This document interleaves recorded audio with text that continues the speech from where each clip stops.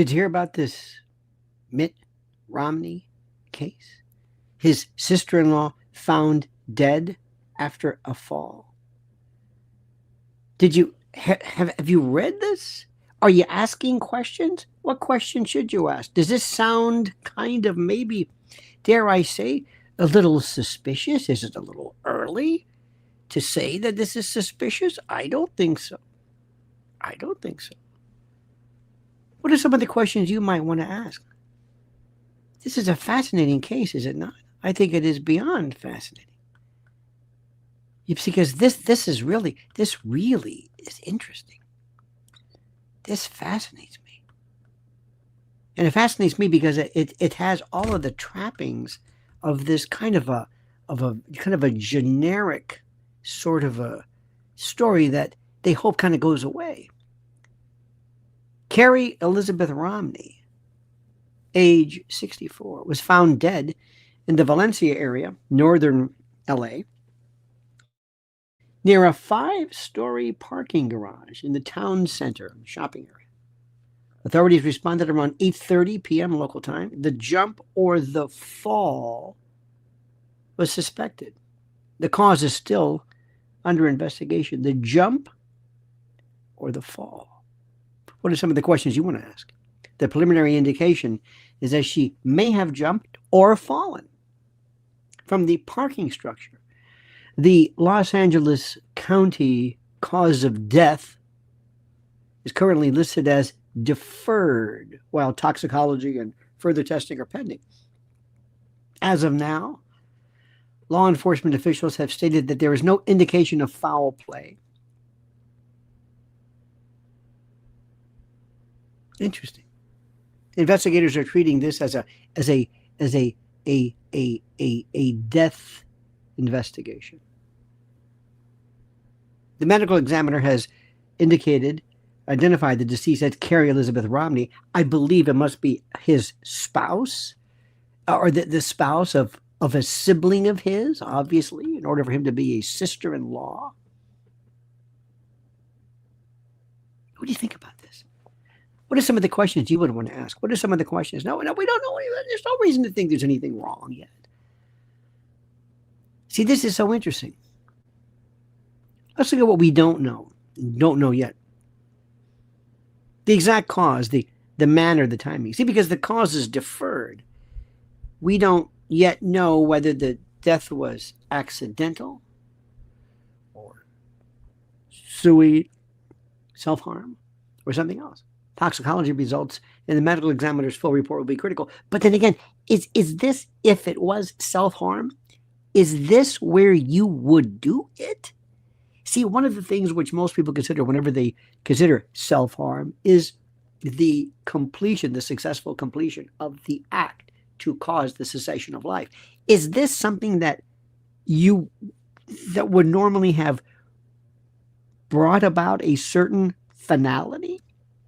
You don't want to render yourself, you don't want to be a vegetable. Is this, we don't know.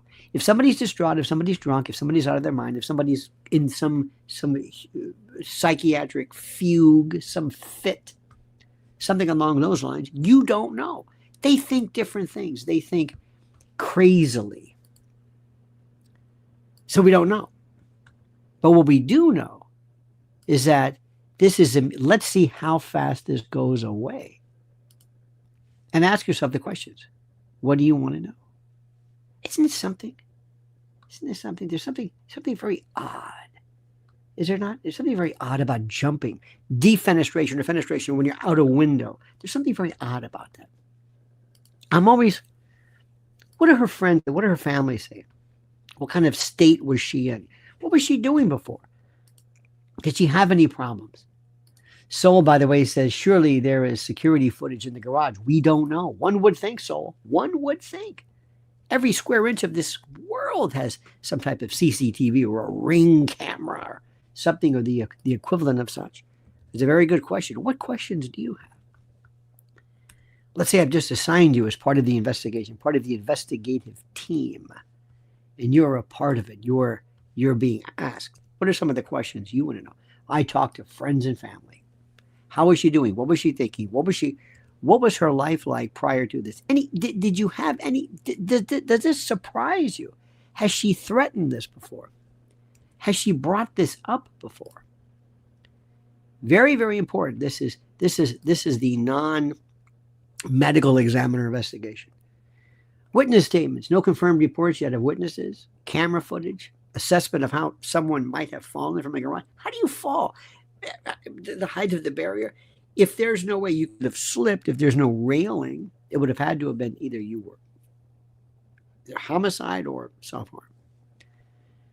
And the alternate theories, some may speculate about foul play or accidental fall, especially for a figure connected to a high-profile family. But as of now, no credible evidence supports these. We don't know anything. But what makes this case interesting, suspicious, tentatively, the location. A multi-story parking garage is inherently risky and invites questions about railing safety, vantage points, or whether someone could accidentally slip. The ambiguity over jumped or fell is exactly the kind of phrasing you see when investigators leave open possible angles. Self-harm. Don't forget, NASH, natural accidental suicide homicide. NASH 4, and you, undetermined. Because she's related by marriage to a major political figure, any sudden or unexplained death invites this kind of review. So interesting. Again, deferred. And I love this. Jump or fell. The vagueness. See, the phrasing keeps open multiple scenarios.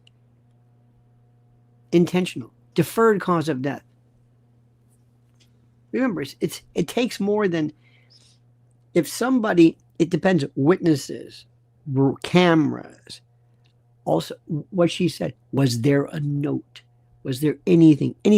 If she has a high blood alcohol content, that's one thing. If she has had a history of psychiatric problems, that's it. No public signs of foul play yet. High profile. This is fascinating stuff. These are the things which I find interesting. And I also wonder, whenever you are a part of a family, the question you should say is, where's Hillary Clinton? Was she involved in this? Have you noticed how many people have terrible things happening to them lately? Have you noticed this? Speaking of terrible things happening, is something that we can help, my friends. I want you to know about one thing. Our good friend Mike Lindell is back. Don't ever let anybody tell you that he's not here anymore, that he's the subject of some kind of financial defenestration. No way, Jose. He is back and bigger and badder and more ready than ever to really do a great job and to let you know that My Pillow is alive and well. Friends, let me tell you something. You hear me day after day, night after night, tearing into the nonsense, the scandals, the corruption. And I always remind you, there are still real American companies out there, real American heroes. One of them is My Pillow. Mike Lindell built My Pillow from the ground up with faith, grit, and the kind of spirit that we used to call the American dream. And he makes products right here at home. And he employs Americans. And he's been targeted mercilessly for standing up to the establishment. That's right. That's why I am proud to stand with him. And now, I want you to stand with him too. If you go to mypillow.com, promo code Lionel, mypillow.com/Lionel, or call 800-645-4965 and use the promo code Lionel, you receive, that's right, a free gift. Tautological? Certainly. All gifts are free. I know it's redundant, so sue me. Go there right now. It's his way of thanking you and the audience and all of us for supporting freedom, supporting faith, and supporting American jobs and him. Whether it's the classic My Pillow, the Giza Dream Sheets, the mattress toppers, the towels, the slippers, you name it. These are products you will only use every single day. And every time you do, you know you're helping keep alive a business that refuses to bow to the mob. I keep all of these projects in our bed. Mrs. Ellen and I love them. So go to mypillow.com, promo code Lionel. mypillow.com, promo code Lionel. Now, you know what's going to happen right now. We're going to see this kind of moved away here. Look at Charlie Kirk. Do we know what happened to Charlie Kirk yet? No. And you're not going to. because there's no independent anything. Tucker Carlson may talk about it. Candace Owens, the great Alex Jones may talk about it. That's true. But other than that, the people who are saying, let's get to the bottom of this. And by the way, there are cases like this all over the place. Cases involving suspected weird deaths that have not really been investigated enough. There's something wrong with them. And they need to be looked at as well. But ask yourself, my friends, what exactly is this all about? Why is it that we don't have an investigative arm? Why is it that we don't solve crimes? We have 2 cases right now. Well, 3. You've got Comey, Letitia James, and this Luigi Mangione. And the Mangione case I'm still looking into. I'm very worried about. I don't like what I'm seeing preliminarily regarding Letitia. We'll see what happens. I don't know. When they got rid of that Siebert, who was the U.S. attorney for the Eastern District of Virginia, it scared me because he was really good. And he brought this Hannigan in, so I don't know. I hope to God that doesn't go nowhere, because I only want somebody to be found guilty to be charged if they indeed did something. But here's the bottom line, my friends. This is the bottom line. This is what I want you to know. This is what I want you to realize. I want you to be aware of. Pay attention very, very carefully. We live in a world right now, my friends. We live in a world that is so critical. It is so monumentally critical for us to address. And we can never lose our incredulity, our suspicion, our skepticism, but we can't be locked into this. Take, for example, the president and what's going on right now in Gaza or in Israel, the plan, the 20-step program. Have you followed this? If you want to hear the best coverage, go to Al Jazeera. Al Jazeera, Al Arabiya, RT, anything for it. Anything for it. I'm sorry to say this. Please, I'm sorry. I don't want to hear something that's either pro-Trump or anti-Trump. Pro-Trump is great, so long as it's not so busy trying to make him out to be this god that they miss out the fact that there are some other cases here. So let me ask you something. Have you ever thought of yourself as being too, I don't want to say too conspiratorial, but too, what do I say this? Too, for lack of a better word. Have you ever thought of yourself being too suspicious to the point where you're not able to look at things without the aura of suspicion? I mean, is it, do you go out looking for things that are necessarily pro-Trump, or are you one of these people that goes out for things that are anti-Trump? Do you have TDS? Or do you look at things where you hate Israel? You hate Israel. You can't stand Israel. You can't stand Israel.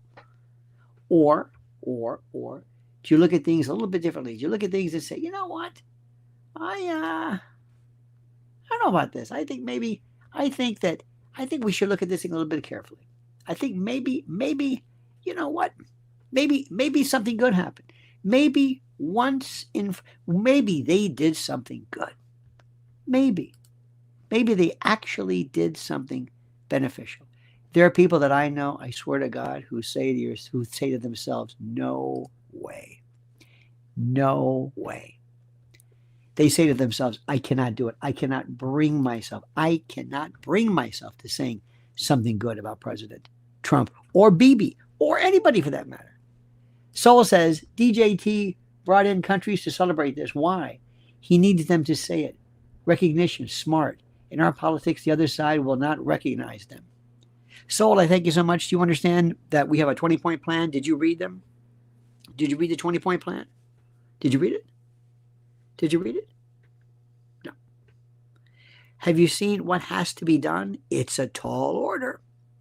It can be, I'm jumping over here, but let me explain this to you.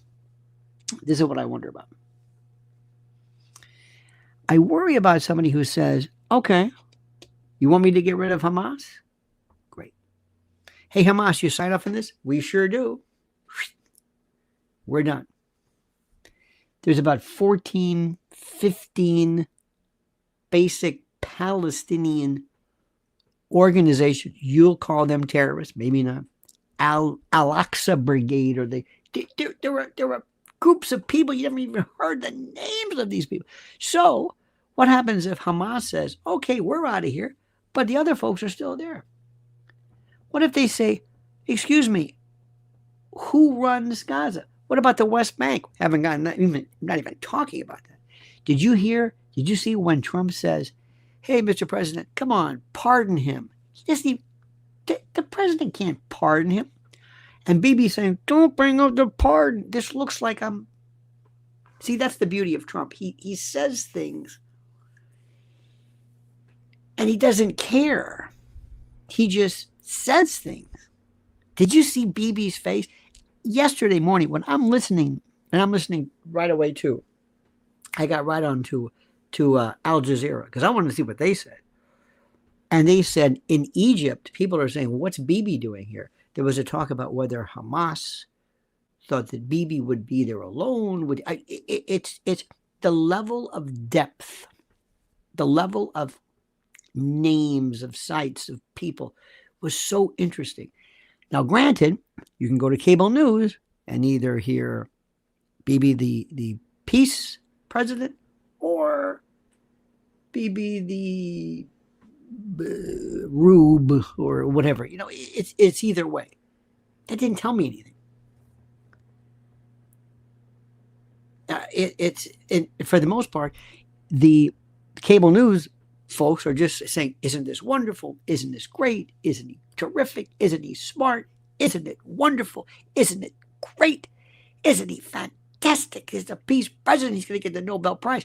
Well, what exactly are the terms of this? I don't know what the terms are, but isn't this great? He's doing a fantastic job. He's wonderful. He's the best. Well, could anything go wrong? Nothing could go wrong. Don't even think about somebody going wrong. Nothing is going wrong. This is the greatest. This is the most fantastic thing I've ever heard in my life. Unbelievable. It is absolutely, positively unbelievable. Now, remember, I want you to understand something, and I want people to understand this. Please, if you're going to hear really difficult, complex aspects to this, do not go to cable news. Do not go to cable news. Do not. Stay away from it. You'll never hear. You will hear one positive voice or one negative voice. When you hear Peter Beinart and others, and you know what's very interesting, on Al Jazeera, they had two professors, one from, I think, Fordham, one from your American professors. Thank you, Finding Dory. One of those things, which is very interesting, and Susan and Kristen, thank you. Those particular people were Americans. This wasn't somebody from Cairo University. And they were saying, wait a minute, hold it. It showed a level of complexity in all the things that can go wrong. And I loved it. Then you switch back to cable news and everything's great. This is wonderful. Now, here's the balance. Here's the bottom line. If you are a news consumer and you are somebody who is a person who says, listen, I want to watch your show and I want to be a part of your show and I want to, watch it. But I don't want to hear a lot of complicated stuff. Can you give me something? Yes. And can you give me something that's really pro-Trump? Yes. I can give you that. Okay, fair enough. That's what we're talking about right now. That's what we're talking about now. Absolutely 100%. That's what we're talking about. It's the most incredible thing I've ever seen in my life. It's the most incredible thing I've ever seen in my life. What you determine what is. It's almost like Like when you have Spotify, do you want to hear the Ramones, or do you want to hear Pink Floyd, or do you want to hear the Beatles, or do you want to hear Yes? I mean, what level of complexity do you want? What level do you want? What do you want to hear? I want the truth. If President Trump is to be lauded and great, tell me why. Don't just say that because he's standing in the Knesset, because people are clapping. Tell me why this is. Tell me a little bit more. Most people don't know what Hamas is. Have you noticed that before? Ask yourself the question, what is Hamas? What is it? Is it a terrorist organization? Is it a political group? Where did it come from? Who started it? What's the history? Who runs it? Where is it? Who funds it? Who vote? Did they vote them in? Who are these people? Because what's interesting right now is we just hear this name and we don't know anything about Hamas. And it's a fascinating subject. And one time I told the story, somebody called me an anti-Semite because I told them about the history of Hamas, because in their minds, they have this idea that they rose from the swamp and they are this rapacious, murderous group of people. And it's the most incredible thing in the world. Hamas is a Sunni Islamist Palestinian organization that does politics and war under one roof. It was founded in Gaza in 1987 by the Muslim Brotherhood, like Sheikh Ahmed Yassin during the First Intifada. Its original 1988 charter framed the conflict in religious terms and rejected Israel. In 2017, Hamas issued new principles. Is it a terrorist organization? The United States designates Hamas as a foreign terrorist organization. Many allies do as well. Hamas's record includes suicide bombings, rocket fire, kidnappings, the whole bit. Is it political or military? It's both. Hamas says they run a political bureau and social services network, while its armed wing is the Al-Qassam Brigade. It won the 2006 Palestinian legislative elections, then seized Gaza in 2007 after a brief civil war with Fatah. You see, that was interesting. Remember what I said? What is Fatah? That was Yasser Arafat. In fact, who runs it? Smuggling and the like. And it's interesting if you look at the history of it, and many people do not want to hear anything other than the official narrative as to where they come from and how they came about. They sprung out of nowhere. Most people will spend no time asking, who are these people? What are they vis-a-vis the Joe Sixpack, Joe Falafel Palestinian? I don't have time for this. Because when I start talking about this, people say, what are you bothering with this? In every organization involving a group of people that we think are the bad guys, I've got to know what they offer the rank and file citizen. Okay? It's that simple. Dear friends, thank you. Soul 76, thank you so much. And by the way, are you going to listen to me tonight at 1 a.m. Eastern Time on WABC? Please do. We're going to start off with this Romney thing. It's fabulous. People love to question. They love true crime. And they like to hear how this thing works. So I want you to think about that. Please, thank you so much for always supporting us, for supporting me and Mrs. L and Lynn's Warriors. Thanks for being a part of this. It means a lot to us. Have a wonderful and a great day. Yesterday was the worst. They had to cancel the Columbus Day Parade.